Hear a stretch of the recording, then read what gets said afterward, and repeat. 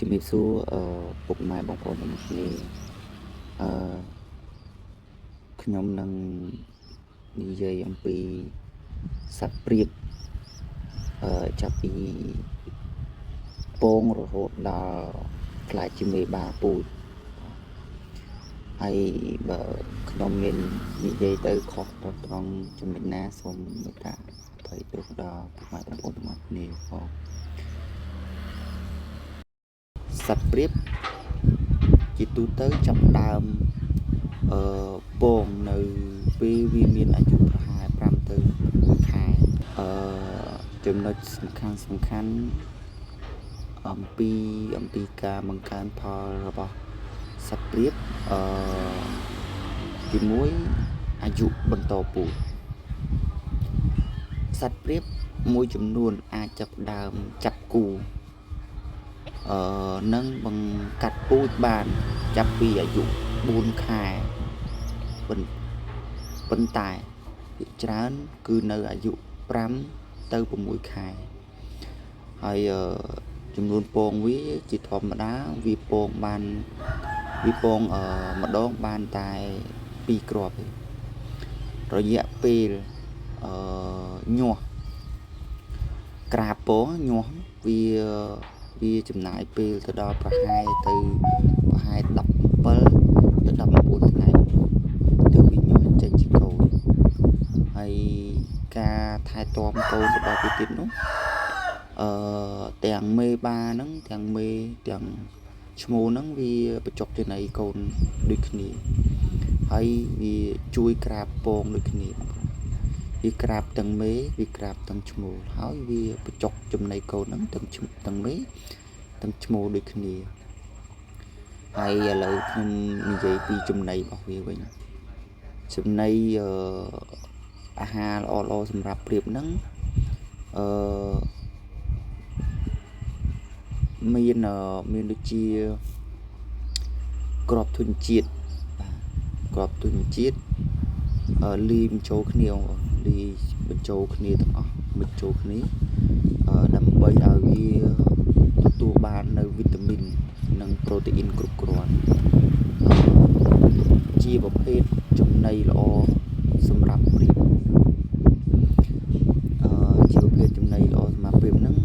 ជាពិសេសគ្រាប់ធញ្ញជាតិចម្បងបាទសំខាន់ជាស្រូវកហើយជាពលសម្បូរប្រូតេអ៊ីនសម្បូរកាបូហីដ្រាតដ៏ល្អសម្រាប់ការនឹងស្រួលងាយរកបាទបងប្អូនសន្ទុះមិននិយាយច្រឡំនឹងស្រូវអង្គរហ្នឹងវាងាយនឹងរកបងប្អូនងាយនឹងរកទៅវាសម្បូរបាទ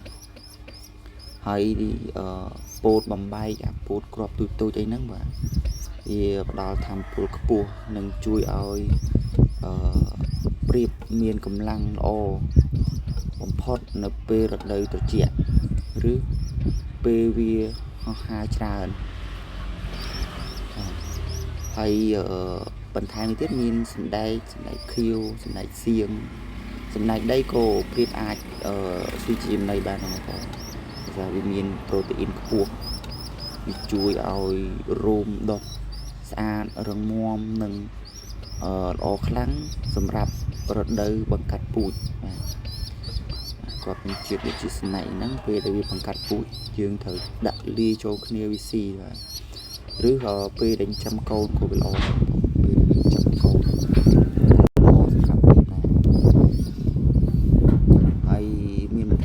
ដូចជាស្មៅជៀនហ្នឹងបងប្អូនស្មៅជៀនក៏ព្រាបស្មៅជៀននិងគ្រាប់លងគ្រាប់ផ្កាជុករត់ជាគ្រាប់ធញ្ញជាតិដែលមានជាតិខ្លាញ់ល្អជួយឲ្យរោមវាដុះភ្លឺលោងអញ្ចឹងណាបងប្អូនហើយជីវជាតិនិងសារធាតុរ៉ែបន្ថែមដែលខ្វះមិនបាននោះគ្រាប់គ្រួសតូចៗបងប្អូនគ្រាប់គ្រួសតូចនិងអំបិលដែលគ្មានរ៉ែសត្វព្រាបវាគ្មានធ្មេញទេ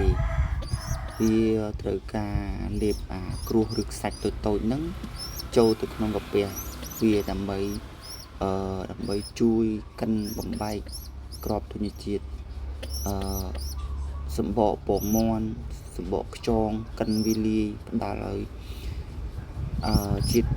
កាល់ស្យូមខ្ពស់ដែលចាំបាច់បំផុតសម្រាប់ព្រៀបញីដើម្បីឲ្យសម្បកពងរឹងមាំมันងាយបែកឬស្ដើងអញ្ចឹងបងប្អូនហើយ